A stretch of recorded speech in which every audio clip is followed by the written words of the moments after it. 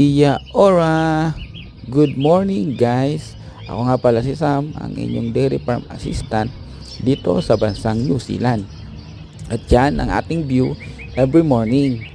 Sa likod bahay lamang namin yan, dahil ang aming likod bahay ay mga paddock na kung saan dyan natin inilalagay ang aming mga inaalagaan na baka pagkatapos na sila'y aming magatasan. Napakaganda ng view guys.